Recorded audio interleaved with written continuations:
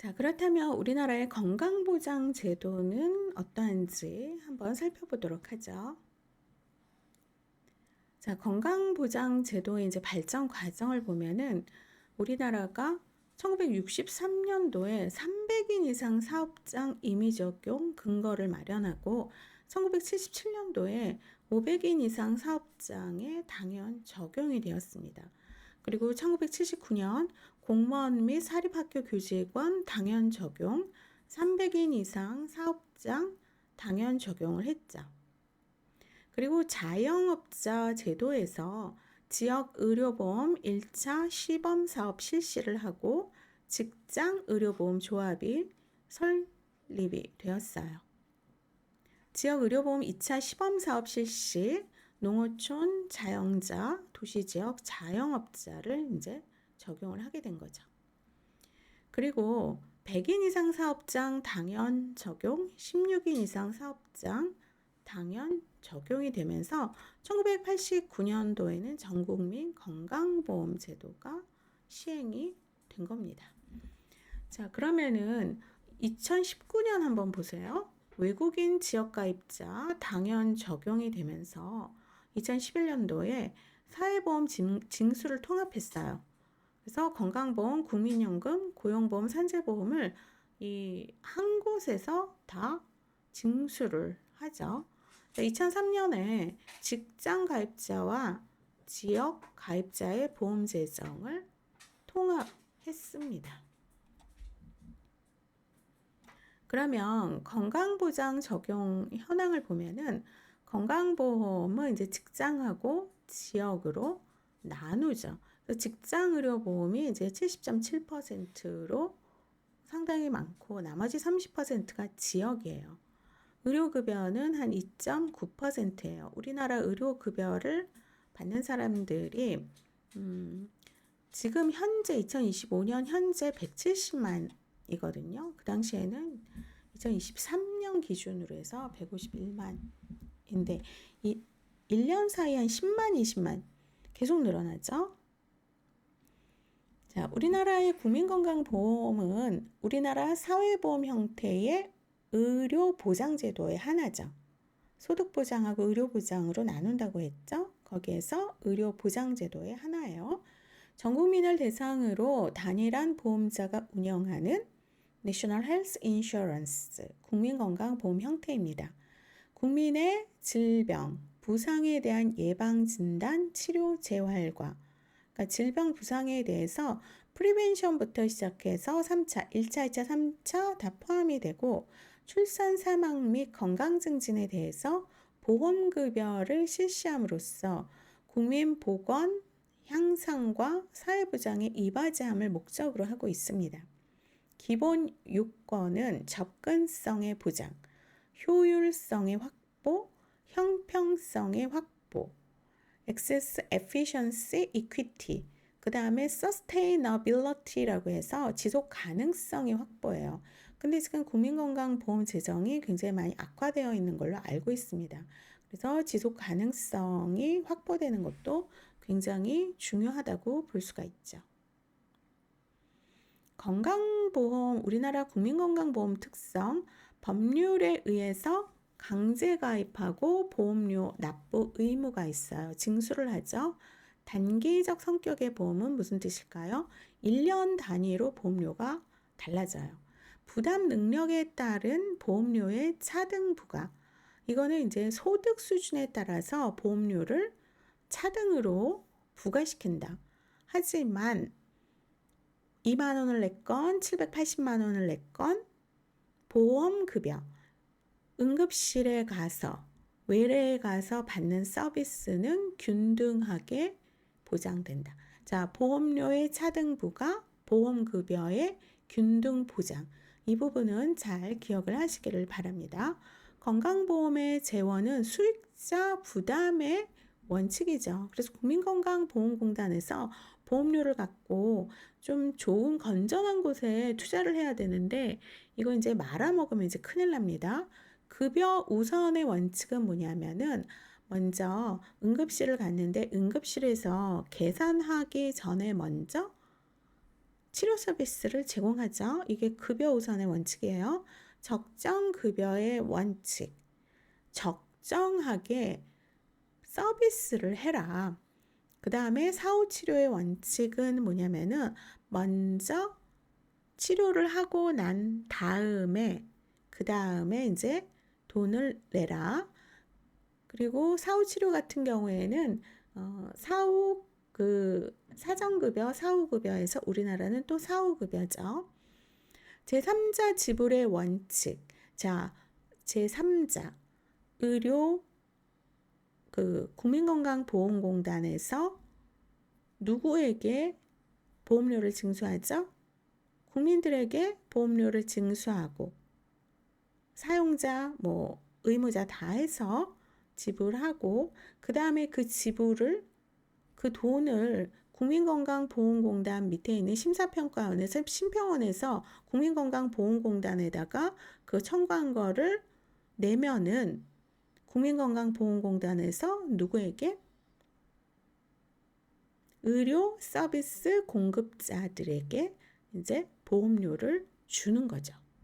그 다음에 발생주의 원칙이라고 하는 것은 뭐냐면 질병이나 사고라든가 그게 발생이 되고 그 전에 하는 게 아니라 발생이 되면은 그때 서비스를 준다라는 거예요. 자, 우리나라 국민건강보험관리운영 체계를 보면은 보험 가입자가 어디로? 국민건강보험공단에다 보험료를 납부를 해요. 그 다음에 본인 부담 납부도 요양기관에 하죠. 만약에 우리가 목이 아파서 의원을 갔다. 그러면 한 5,000원 정도를 내고 그 진료비를 내죠. 본인 부담을 이제 납부를 하는 거예요. 비급여도 이 요양기관에 본인 부담 납부를 합니다. 그러면 이 요양기관에서 의료 서비스를 제공을 하고 요양기관에서 어떻게 심평원에다가 급여비를 청구를 해요. 급여비. 그러면 여기서 심사를 하고 국민건강보험공단에다가 이제 내면은 심평가 심평원에서 이제 심사를 하고 요양급여 비용을 국민건강보험공단에서 요양기관에 지급을 합니다. 그리고 정부에는 이제 보건복지부가 있죠. 보건복지부가 있으면서 정책 결정을 합니다. 자, 국민건강보험공단에서 보험급여 서비스를 하는 경우도 있어요. 보험가입자에게. 그래서 국민건강보험공단에서 운영하는 병원이 있죠. 일산병원. 자, 이게 우리나라 국민건강보험관리운영체계입니다. 그래서 재원조달 체계 2025년 기준을 보면 자, 보험료 납부할 때 직장가입자하고 지역가입자, 지역가입자에 이제 농어민, 도시 자영업자가 다 들어갑니다. 보험료가 보수월액의 7.09%를 냈는데 아마 내년부터 이거 한 1%씩 올린다고 하죠. 사용자, 근로자가 오너하고 일하는 자가 각각 50%씩 부담합니다. 사용자가 원천 징수하여서 공단에 납부를 하죠. 공무원은 본인, 정부가 각 50%씩 부담을 해줘요. 정부에서. 사립학교 교원은 본인 50%, 학교 경영자 30%, 정부가 20%씩 부담을 합니다. 그러면 지역가입자들은 소득과 재산에 따라서 산정한 금액을 합산한 금액을 내요.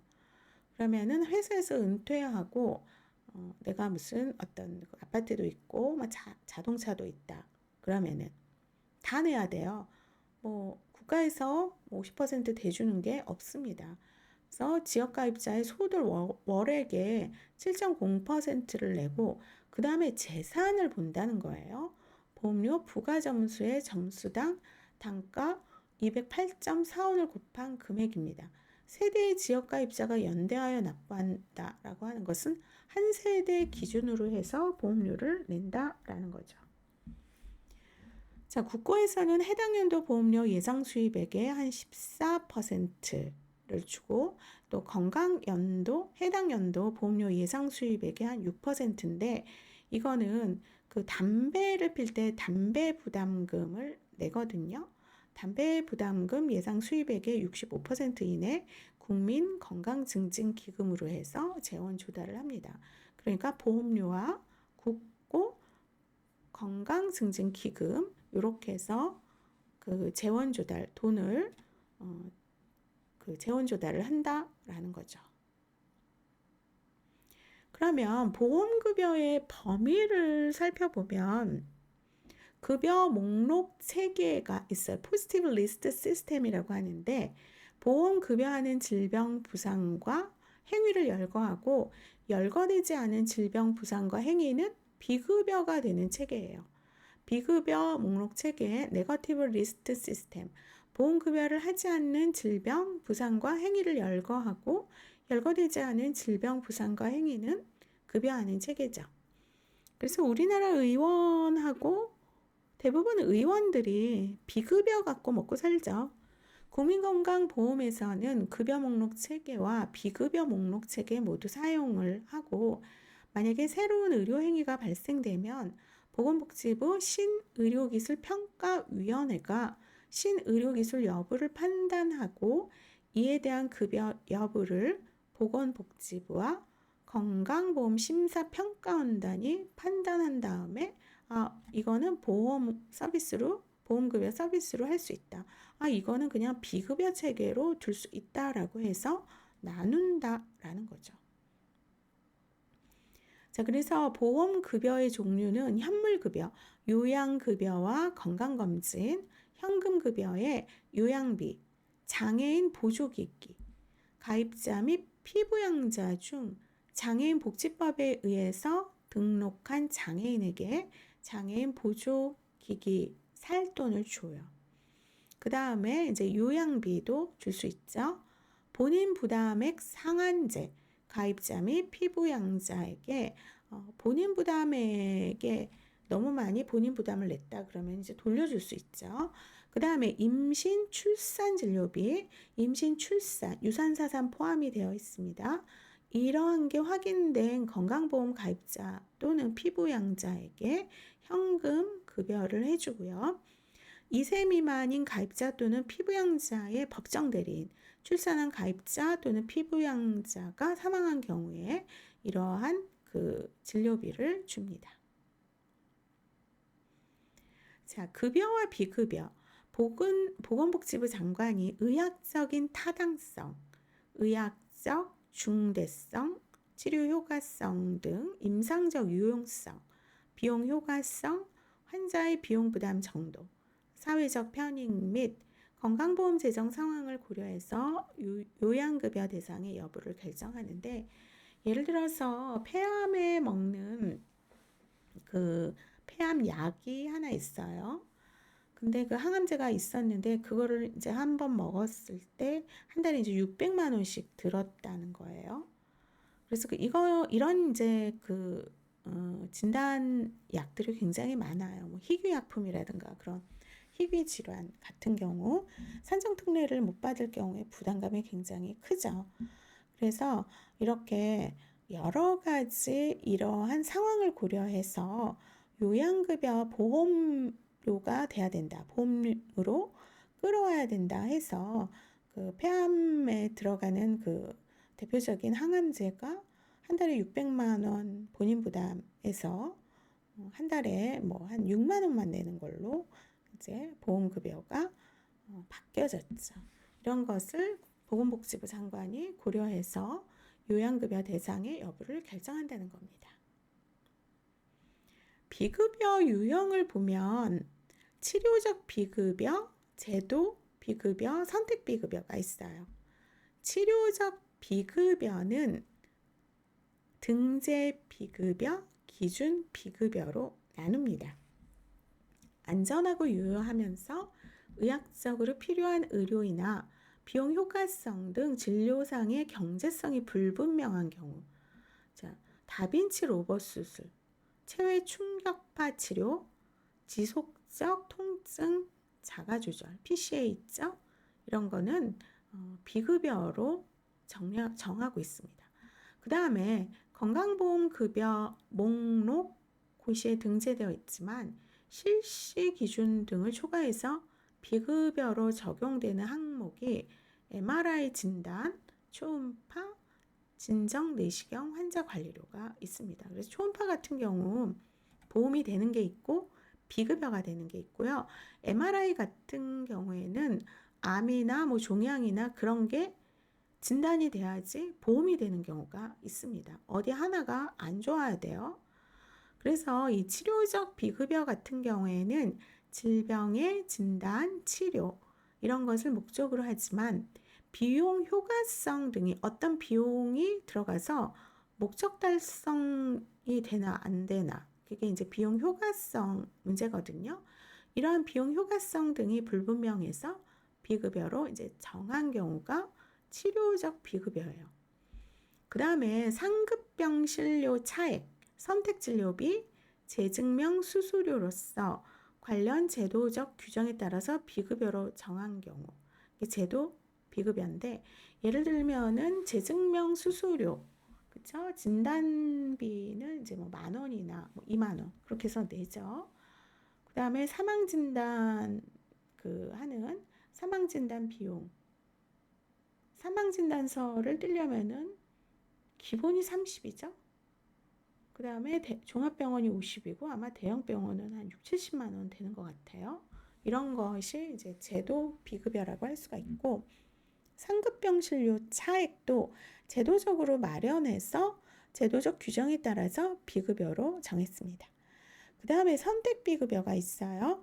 일상생활에 지장이 없는 질환의 치료나 선택적 필수 기능 개선을 직접 목적으로 하지 않는 진료로서 의료 소비자의 선택에 의한 경우 예를 들면 미용, 성형수술, 라식, 라섹, 건강검진 같은 경우에도 이제 선택적 비급여가 될 수가 있습니다.